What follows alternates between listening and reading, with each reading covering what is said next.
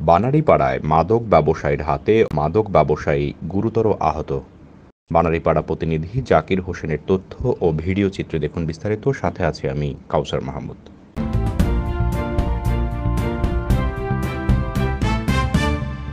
বরিশালে বানারীপাড়ার মাদক সাম্রাজ্যের আধিপত্য বিস্তারকে কেন্দ্র করে সোহেল ওরফে ল্যাংটা সোহেল নামে ৩৮ বছর বয়সী এক শীর্ষ মাদক ব্যবসায়ীকে অপর এক শীর্ষ মাদক ব্যবসায়ী শাকিলের নেতৃত্বে হত্যা চেষ্টার অভিযোগ পাওয়া গেছে। আশঙ্কাজনক অবস্থায় সোহেলকে বরিশাল শেরেবাংলা মেডিকেল হাসপাতালে ভর্তি করা হয়েছে। এ ব্যাপারে সোহেলের বড় ভাই আনোয়ার হোসেন মোল্লা, শীর্ষ মাদক ব্যবসায়ী শাকিল, তার সহযোগী সোহাগ, মোহাম্মদ শামীম, টিটু, সাদ্দাম, আনিস, রিয়াজ, মনির, কালু, শাকিল, বক্কর ও আশিককে আসামি করে রোববার ২৮ জুলাই সকালে বানারীপাড়া থানায় মামলা দায়ের করেছেন। মামলা সূত্রে জানা গেছে, পূর্ব বিরোধের জের ধরে শাকিলের নেতৃত্বে আসামিরা শনিবার ২৭ জুলাই সন্ধ্যার পরে সোহেলকে পৌর শহরের ১ নম্বর ওয়ার্ডের এম এ লতিফ বহুমুখী আলিম মাদ্রাসার ভেতরে ঢেকে নিয়ে হাতুড়ি দিয়ে বেদম পিটিয়ে আহত করে। এতে তার চোখ, মাথা, হাত ও পা সহ শরীরের গুরুতর জখম হয়। স্থানীয়রা তাকে রক্তাক্ত অবস্থায় উদ্ধার করে বানারীপাড়া উপজেলা স্বাস্থ্য কমপ্লেক্সে নিয়ে যায়। সেখানে প্রাথমিক চিকিৎসা শেষে তাকে বরিশাল শেরেবাংলা মেডিকেল হাসপাতালে রেফার করা হয়। এদিকে ঘটনার পরপরই সোহেলের লোকজন প্রতিপক্ষ শাকিলের ভাই মামুন ও সহযোগী মাংস ব্যবসায়ী নুরুকে মারধর করেন।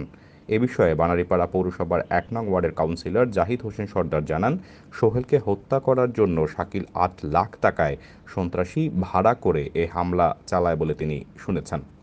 ঘটনার সময় সোহেলের ডাক চিৎকার শুনে ওই মাদ্রাসা সংলগ্ন বাড়ি থেকে উপজেলা আওয়ামী লীগের সাংগঠনিক সম্পাদক জাকির হোসেন সর্দার ঘটনাস্থলে গেলে হামলাকারীরা তাকে দেখে পালিয়ে যাওয়ায় তাদের হত্যা মিশন ব্যর্থ বলেও এই ওয়ার্ড কাউন্সিলর জানিয়েছেন।